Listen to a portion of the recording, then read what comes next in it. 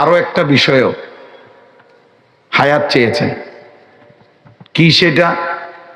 নবী সাল্লাল্লাহু আলাইহি ওয়াসাল্লাম বলছেন, লা ওয়াদিতু আন্নী উকতালু ফি সাবিলিল্লাহ সুম্মা উহিয়া সুম্মা উকতালু সুম্মা উহিয়া সুম্মা উকতালু। নবী সাল্লাল্লাহু আলাইহি ওয়াসাল্লাম বলেন, আমার প্রচন্ড ইচ্ছা,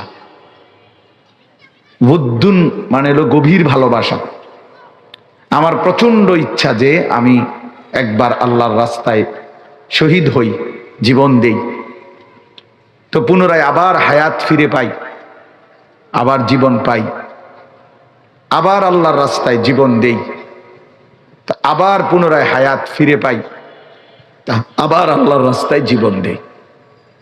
তাহলে নবী সাল্লাল্লাহু আলাইহি ওয়াসাল্লাম আল্লাহর জন্য জীবন দিতে, আল্লাহর রাস্তায় শাহাদাত বরণ করার জন্যে